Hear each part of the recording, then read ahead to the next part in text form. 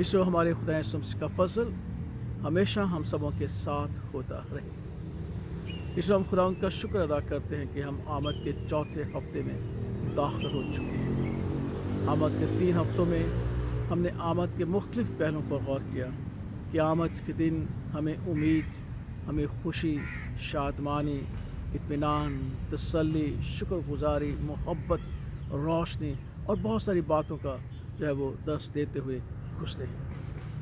आमद का ये चौथा हफ्ता हमें ख़ास तौर पर याद दिलाता है कि खुदा अपने फ़रिश्तों को अपने जलाल के लिए और हमारी खिदमत के लिए इस्तेमाल करता है। और आमद का चौथा हफ्ता फ़रिश्तों के नाम से भी मंसूब है और फिर मोहब्बत के नाम से भी मंसूब है। खुदा की मोहब्बत जो हमारी सोच और समझ से बिल्कुल बाहर है। कलाम फिर भी हम ये कहता है कि हमें उसकी मोहब्बत को जानना है कि कितनी गहरी है, कितनी चौड़ी है, कितनी लंबी है और उसकी ऊंचाई कितनी है, क्योंकि हमारी समझ से बाहर है। और हकीकत है कि जब हम खुदा की मोहब्बत पर गौर करते हैं, उसका तजर्बा करते हैं, तो हम खुदा की मोहब्बत से ज़्यादा सरशार होते हैं, खुशी महसूस करते हैं और उसका प्रचार करते हैं। यीशु मुक़द्दस पौलुस रसूल कहते हैं कि मैं दुनिया का सबसे बड़ा गुनाहगार हूँ, मैं एक निकम्मा शख्स हूँ। लेकिन जब उसने यीशु मसीह के वसीला से खुदा की मोहब्बत का तजज़िया किया तो उसने कहा कि अब मैं ज़िंदा ना रहा, मसीह मुझ में ज़िंदा है। अब जो खुशी और इत्मीनान मेरी ज़िंदगी में है वो खुदा की मोहब्बत के वसीला से है। इसी तरह से अज़ीज़ो, मैं भी समझता हूँ कि मैं दुनिया का एक निकम्मा शख्स था, नाकाम शख्स था।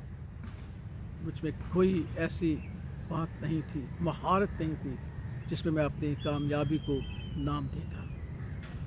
अपने आप को मैं दुनिया का सबसे कमज़ोर शख्स समझता हूँ। लेकिन जब हम खुदावंद की उन बरकतों को देखता हूँ जो खुदावंद ने मुझे अनगिनत तौर पर दी हैं कि जिनके शायद मैं लायक भी नहीं था, तो मैं खुदावंद का शुक्र करता हूँ और उसकी मोहब्बत का प्रचार करता हूँ कि खुदावंद की मोहब्बत हमारी तमाम लियाकतों से बढ़कर है।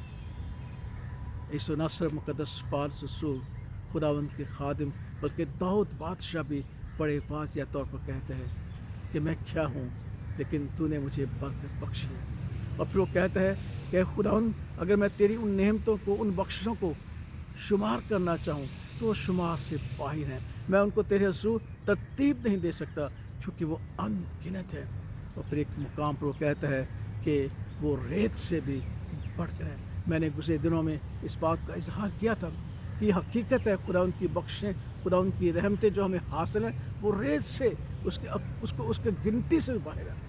और रेत को गिनना इंसानी दानिश से बाहर है, इंसानी अक्ल से बाहर है, इंसानी ताकत से बाहर है। इसी तरीके से खुदा उनकी मोहब्बत जो खुदा यीशु मसीह के वसीला से, खुदा पाक रूह के वसीला से हमें हासिल है, उसे बयान करना इंसानी सोच और अक्ल जो है वो नहीं कर सकते मुकम्मल तौर पर। सिर्फ हम उसका तजर्बा कर सकते हैं उन नेमतों के वसीला से।